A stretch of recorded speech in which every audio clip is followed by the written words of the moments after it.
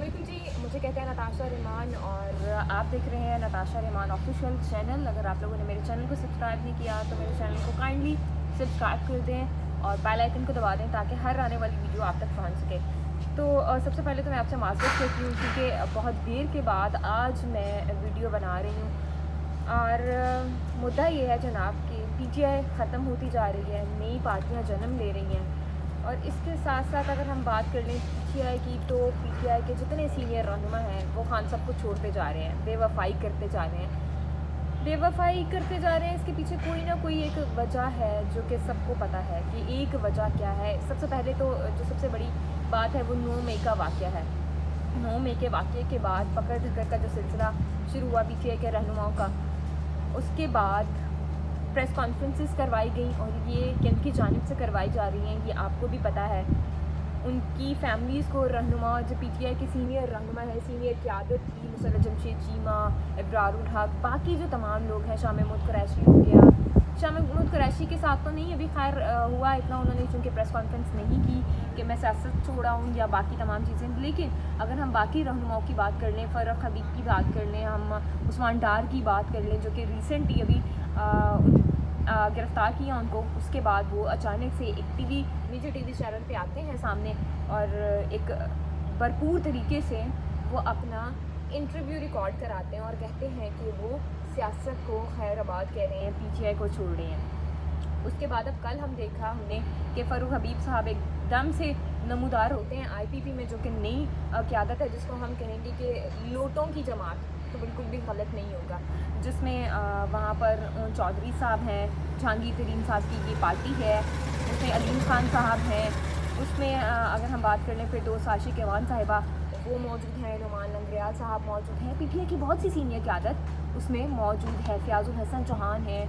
उसके अलावा अगर हम फवाद चौधरी की बात करें तो वो भी हैं। मतलब एक वो कहें ना कि लोटा जमात, तो बिल्कुल भी गलत नहीं होगा।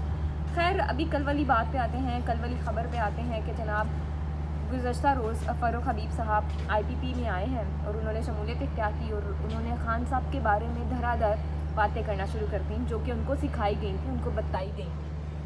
मेरे ख़्याल से ये जमात बनाई गई है, बनवाई गई है, बनाई तो नहीं गई। ख़ुद आप जहांगीर तरीन साहब को PTI से अलग हुए बहुत सारा टाइम हो गया, लेकिन अचानक से वो कहते हैं मैंने एक जमात बनानी है। उन्होंने एक जमात बना ली और उसमें वो तमाम लोग आ गए जिन्होंने PTI को छोड़ा।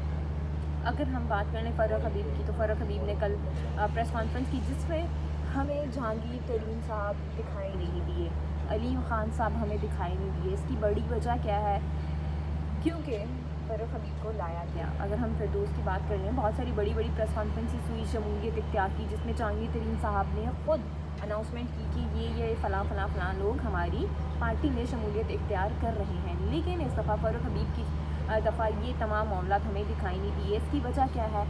इसकी वजह एक बहुत बड़ी है कि जब आपको पीछे से एक पुशअप किया जाता है कि आपने यहाँ आना है, इस जमात को ज्वाइन करना है और फिर कहा जाता है कि जनाब इसी जमात में रहना है और इसी के साथ आपने खेलना है। खैर ये तो एक अलग मैटर है। और अगर हम बात कर लेते हैं बाकी जो PTI के लोग हैं वो क्या करेंगे, बहुत सारी इन मेरे ख़्याल से मुझे जो लगता है कि इन तमाम लोगों से जिन्होंने आके रिहाई के बाद प्रेस कॉन्फ्रेंसेस की हैं तो इनको शर्म से डूब के मरना चाहिए कि जो एक सनम जावेद को आप देख रहे हैं, बाकी जो कारकुन है वो अभी तक गिरफ़्तार हैं। ख़वातीन को 5-5 माह का टाइम हो गया है, वो गिरफ़्तार हैं, उनकी फैमिलीज़ हैं पीछे जा रहे हैं। मेरी सनम जावेद के बाप से बात हुई, उसकी वालिदा से बात हुई, माँ से बात हुई, उनका ये कहना था कि हम PTI नहीं छोड़ेंगे जो मर्ज़ी हो जाए। तो मेरे ख्याल से ये जो छोटे छोटे PTI के कारकुन थे जो अभी तक PTI के साथ स्टैंड कर रहे हैं, इतनी मुश्किलात बर्दाश्त कर रहे हैं, वो बहुत अच्छी बात है और वो अभी तक स्टैंड कर रहे हैं।